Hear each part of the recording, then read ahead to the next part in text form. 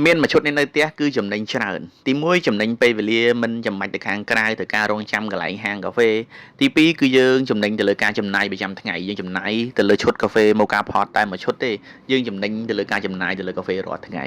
ហើយមួយទៀតដែលយើងមានឱកាសហ្នឹងក្នុងការច្នៃប្រឌិតខ្លួនឯងរសជាតិដែលយើងចង់បានណាហើយរាល់ការដែលយើងជីវទៅលើឈុត Mocha Pot នេះផងដែរគឺខាងខ្ញុំមានការបង្រៀនវីដេអូជាច្រើនមុខ free តែម្ដងអញ្ចឹងយើងអាចវិវត្តខ្លួនពីអ្នកញ៉ាំកាហ្វេទៅជាអ្នកឆុងកាហ្វេហើយអនាគតទៅអាចខ្លាចជាអ្នកលក់កាហ្វេផងក៏ថាបានដែរអញ្ចឹងទៅលើឈុតកំសៀវ Mocha Pot នេះគឺងាយស្រួលមែនទែនបងប្អូនគឺយើងអាចឆុងនៅផ្ទះណាហើយជាមួយនឹងចង្កៀងអគ្គិសនីរបស់យើងអញ្ចឹងទៅលើការឆុងកំសៀវ Mocha Pot នេះផងដែរបងប្អូនរសជាតិហ្នឹងបើយើងធៀបទៅបាក់ផែននឹងកាហ្វេម៉ាស៊ីនដែរឧទាហរណ៍ថាបើសិនជាកាហ្វេម៉ាស៊ីន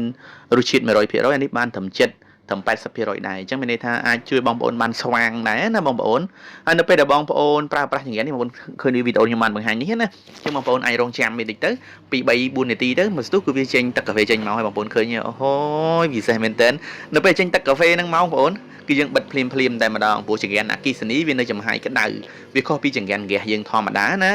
បងប្អូនឃើញទេអូ